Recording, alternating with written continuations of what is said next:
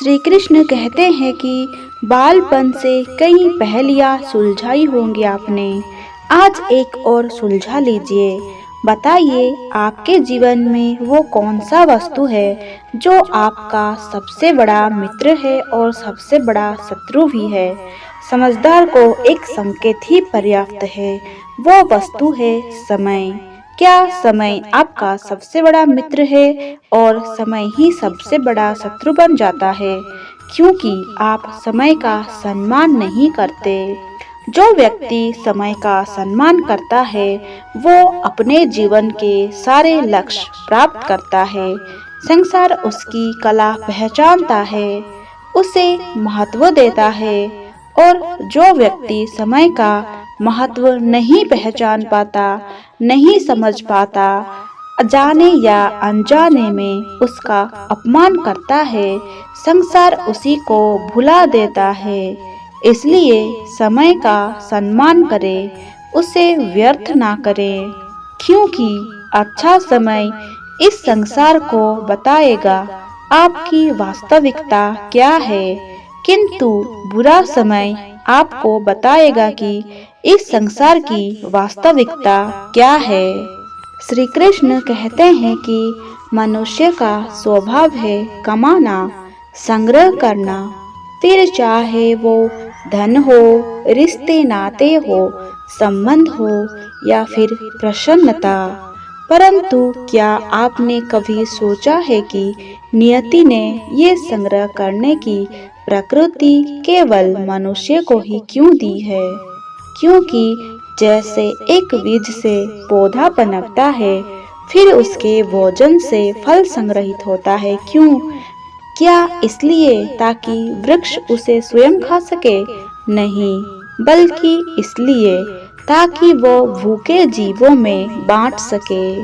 श्री कृष्ण कहते हैं कि प्रेम विधाता की सबसे सुंदर कृति है, परंतु इस जीवन में हर कृति को संभालना पड़ता है। किसी मूर्ति को ही देख लीजिए, जब कलाकार उसे रचता है तब वो बहुत सुंदर होती है, परंतु अगर उस कृति को संभाल ना जाए, उसका स्वामी उसकी देखभाल का कर्तव्य सही ढंग से ना निभाए, तो वही मूर्ति असुंदर लगने लगती है। इसी प्रकार केवल कह देने से प्रेम प्रेम नहीं हो जाता। इसके लिए आपको अपने कर्तव्य को पूरा करना होता है। देश की रक्षा, परिवार और संबंधियों की सुरक्षा, संतान को संस्कार, जीवन साथी का आभार, जब तक आप ये सभी कर्तव्य नहीं निभाएंगे, तब तक आप प्रेम से दूर होते जाएंगे। यदि आप प्रेम का अमृत पाना चाहते हैं तो आपको कर्तव्य की अंजलि भी बनानी होगी। श्री कृष्ण कहते हैं कि कभी मनुष्य ने ये सोचा कि इस संसार में वो सबसे अधिक किससे जुड़े हैं।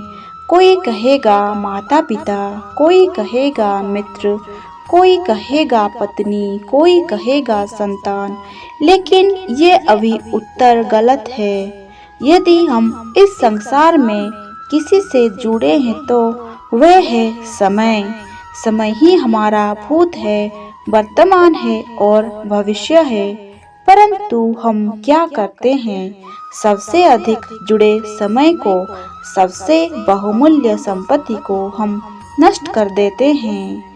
कोई भविष्य के ऊंचे सपनों को बुनता है, कोई बीते कल को कोसता है, किंतु सोचिए, क्या बीता कल आपके सोच विचार करने से बदल जाएगा? और भविष्य के बारे में सोच विचार करके यदि आप अपना वर्तमान नष्ट कर देंगे तो आपका भविष्य भी बीते कल की भांति ही हो जाएगा। इसलिए आज के विषय में सोचिए, उसे उत्तम बनाइए। अगर आप ऐसा करेंगे तो आपका भूतकाल, आपका भविष्य अपने आप उत्तम हो जाएगा।